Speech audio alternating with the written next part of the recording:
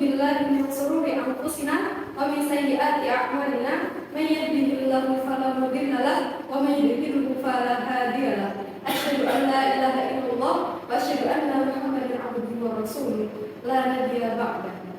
Qala Allah ta'ala fi kitabihil karim, a'udzu billahi minasyaitonir rajim. Bismillahirrahmanirrahim. Ya ayyuhalladzina amanu taqullaha wa qulu qawlan sadida yuslih lakum a'malakum wa yaghfir lakum dzunubakum wa man yuti'illaha wa rasulahu faqad faza fawzan 'azima. Surahul Adil. Amma ba'du. Pertama-tama dan yang paling utama, mari kita panjatkan puji dan puji syukur kita terhadap Allah Subhanahu wa Ta'ala yang mana telah melimpahkan rahmat-Nya sehingga kita semua dapat berkumpul di ruangan yang insya Allah penuh barokah ini. Alhamdulillah. Yang mana dalam firman-Nya, wa in ta'uddu ni'matallahi la tuhsuha innallaha laghafurur rahim. Kedua kalinya tanpa salawat beriringkan salam selalu kita curahkan kepada baginda kita, suri tauladan kita, Nabiullah Muhammad sallallahu alaihi wasallam. Yang mana beliau telah membawa kita dari zaman kegelapan menuju zaman terang benderang yang dengan syariat agama Islam. Dalam firman-Nya dikatakan, wa ma arsalnaka illa rahmatan lil alamin. Kemudian berdirinya saya di sini teman-teman ingin menyampaikan tutum mengenai salah satu fenomena yang sangat viral pada saat ini, yang saya beri judul peran kita dalam membela umat muslim. Nah teman-teman, sebelum kita membahas pada pembahasan inti, saya ingin mengambil salah satu kisah yang disampaikan dalam sebuah buku motivasi, yaitu buku Mukidi. Apabila teman-teman ingin membaca, ada di dalamnya. Yang mana di dalam buku ini itu berjudulkan lelaki yang paling bijak. Baik teman-teman, Alkisah ada 3 orang lelaki yang mana mereka ini mabuk dan mereka bertaruh untuk menentukan siapa yang paling bijak di antara mereka bertiga. Kemudian teman-teman, kira-kira ketika 3 orang ini ingin menentukan siapa orang yang paling bijak di antara mereka, apa yang akan mereka lakukan? Coba hati-hati kasih contoh. Bagaimana seseorang di antara mereka bertiga itu menentukan dirinya paling bijak? Membunuh. Oke, Putivina.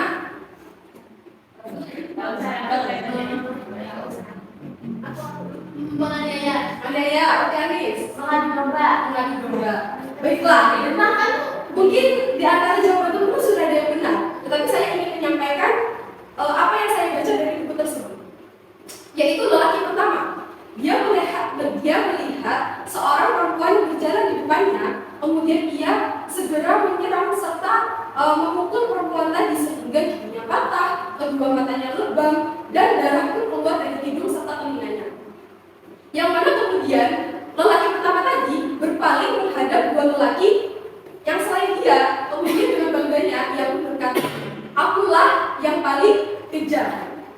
Nah kemudian karena tidak terima, lelaki kedua pun dia langsung bangun dan menggoyak baju perempuan tadi. Kemudian dia pun dengan sadisnya melakukan kejahatan, yaitu kejahatan seksual, kemudian membunuh gadis tersebut, perempuan tersebut. Yang mana lelaki kedua ini pun dengan bangganya dan membusukkan dada, dia pun berkata kepada 2 lelaki yang pertama dan yang ketiga. Dia berkata, tidak ada yang lebih kejam daripada aku. Coba dari 2 lelaki ini, kalau menurut teman-teman, siapa yang paling kejam? Kedua. Baiklah teman-teman, ternyata lelaki yang ketiga, dia bahkan tersenyum melihat apa yang dilakukan oleh 2 pemuda tadi. Seraya dia berkata, sebenarnya akulah lelaki yang paling kejam. Kenapa? Karena aku melihat seorang perempuan dibunuh, dilakukan secara tidak wajar. Kemudian yang mana perempuan tadi itu ada di hadapan dia, bahkan dia tidak menolong, dia hanya diam saja. Yang mana perempuan itu adalah adik kandungnya. Jadi kalau dibandingkan lelaki pertama, kedua, dan ketiga, siapa yang paling kejam? Baik teman-teman, dari kiasan di atas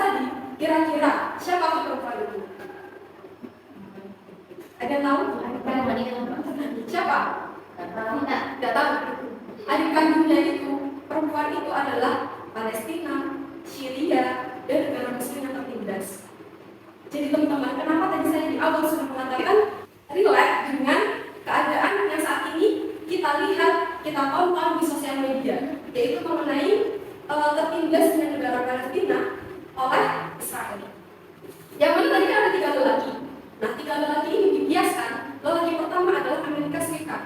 Yang mana Amerika Serikat ini menyumbang serta mendukung baik dana ataupun senjata kepada Israel, yang mana agar senjata dan dana itu bisa Israel gunakan untuk membantai kaum muslimin yang ada di Palestina. Bahkan tidak hanya kaum muslimin, namun misalnya juga terdapat kaum Yahudi, umat Kristen, umat Katolik, dan apapun sebagainya.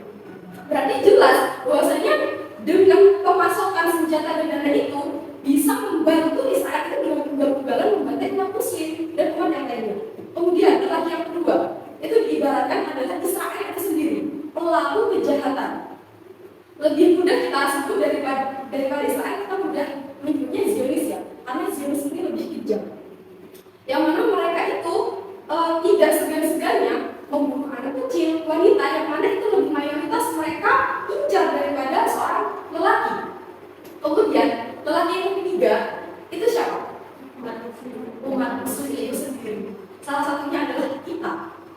Apabila kita itu diam saja, berarti kita yang paling jahat.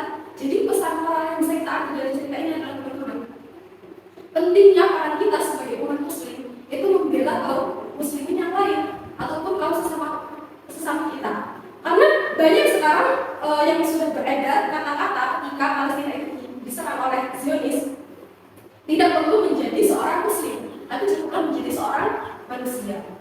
Itu tanda bahwasanya kita itu sebagai makhluk hidup haruslah menolong sesama. Meskipun teman-teman, ketika kita itu tidak bisa membantu dengan perbuatan, maka bantulah dengan harta. Ketika kita tidak bisa membantu dengan harta, maka bantulah dengan berkampanye. Nah, contoh berkampanye ini kita bisa melalui sosial media, tidak harus terjun langsung ke dalam masyarakat. Tetapi ketika kita tidak bisa terjun langsung ke dalam lingkungan bermasyarakat ataupun berkumpul menjadi satu untuk menyuarakan Palestina, setidaknya kita paling kecil itu bisa mengedarkan apapun berita tentang Palestina itu ke sosial media kita. Itulah salah satu bentuk kecil kepedulian kita, keberpihakan kita terhadap Palestina saudara kita. Nah, kemudian teman-teman, dalam salah satu ayat yang saya ambil di sini, yaitu Quran surat Al-Imran ayat 169 dan ayat 170, yang mana berbunyi, A'udzu billahi minasyaitonir rajim. Bismillahirrahmanirrahim. Wala tahsabanna alladziina qutilu fi sabilillahi amwata bal ahya'un 'inda rabbihim yurzaqun. Itu ayat pertama, ayat 169, yang mana artinya, janganlah kamu mengira bahwa orang-orang yang mati, orang-orang yang gugur di jalan Allah itu mati. Bahkan mereka itu hidup di sisi Tuhannya dengan mendapat rezeki.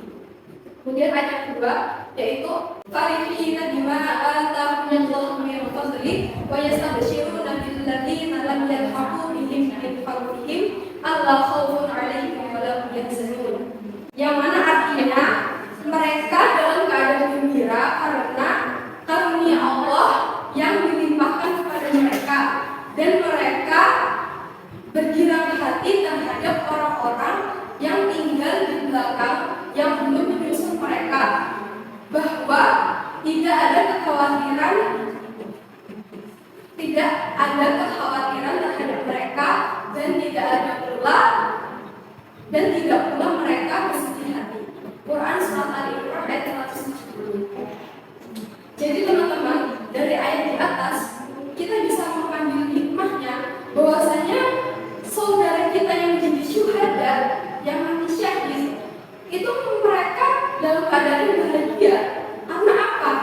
Karena mereka itu berjuang dan berada di jalannya Allah. Jadi teman-teman, ketika kita